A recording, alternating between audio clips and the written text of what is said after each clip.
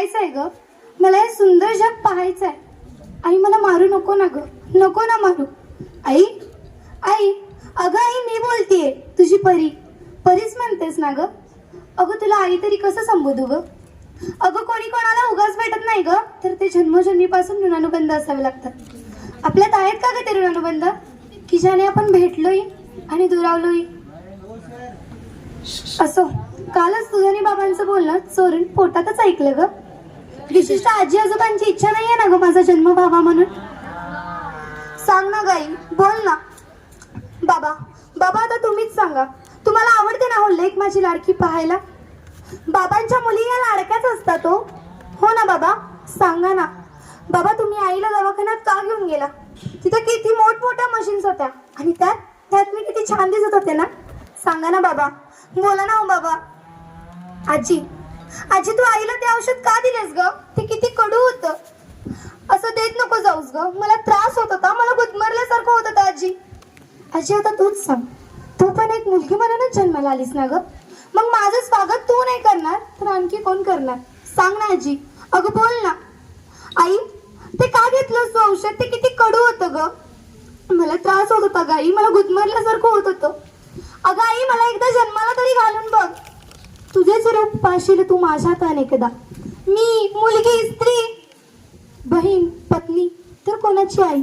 मग मला गर्भातच मारण्याची का ग तुझी गाई. सांग ना गाई, का तुझी गाई. मला समजतीये ग तुझी कोंडी, तुझी घुसमट. मी अजिबात तुला त्रास देणार नाही. आणि हा खर्चाचं म्हणशील तर अजिबातच त्रास देणार नाही. मला नवीन कपडे नको आहेत ग, मी ताईची जुनी कपडे घालेन. मी शाळेत जाईन, तिची जुनी दप्तरही वापरेन, तिची जुनी खेळणीही वापरेन. आणि हा शिकीन, मोठी होईन. आणि हा आई बाबा, मी माझ्या हुंड्याचा खर्च मी स्वतः करेन. पण बाबांना जराही त्रास देणार नाही ग आई. आई बोल ना ग. आई सांग ना. आई आता तू मला सांग, उद्या तू मला काढून टाकायला दवाखान्यात जाशील, याचं दुःख मानू की काहीच क्षण तू माझ्या डोळ्यासमोर आहेस याचा आनंद मानू. सांग ना गाई, बोल ना. नुसतं स्त्री भ्रूण आता थांबून काय होणार. मुलींच्या संरक्षणाची जबाबदारी घेणार तरी कोण. अशा वेळी मला गजर बाबा वाटतं. माझ्या झोपलेल्या मनातला हा लढा माझ्या अस्तित्वाशी. मला विचारायचंय माझ्या अस्तित्वालाही आणि रेणुकाला सुद्धाही की आजपर्यंत आपण जे नटलो त्यात खरंच आपण समाधानी आहोत का. नाही ना. मग अगं आपली आत्मशक्ती हाच आपला खरा अलंकार. चला तर मग मोडून टाकूया अन्याय आणि अत्याचाराची मनगटे.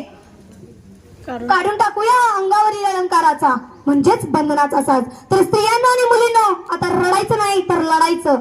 म्हणून मी सांगते, ऐक मुली तुला सांगते, ऐक मुली तुला सांगते, पिंजऱ्यातच आता फडफडू नकोस. ऐक मुली तुला सांगते, पिंजऱ्यातच आता फडफडू नकोस. पेटून उठ तू रडू नकोस, पेटून उठ तू रडू नकोस. या जमान्यातल्या दुर्योधनाच्या औलादी कमी नाहीत. या जमान्यातल्या दुर्योधनाच्या औलादी कमी नाहीत. आणि वाचवायला येईल कृष्ण कोणी याची सुद्धा हमी नाही. वाचवायला येईल कृष्ण कोणी याची सुद्धा हमी नाही. बांगड्या घातल्या माणुसकीनं, अहो बांगड्या घातल्या माणुसकीनं, मदतीसाठी तू ओरडू नकोस. ऐक मुली तुला सांगते, पिंजऱ्यातच आता फडफडू नकोस. ऐक मुली तुला सांगते, पिंजऱ्यातच आता फडफडू नकोस. पेटून उठ तू रडू नकोस, पेटून उठ तू रडू नकोस. धन्यवाद.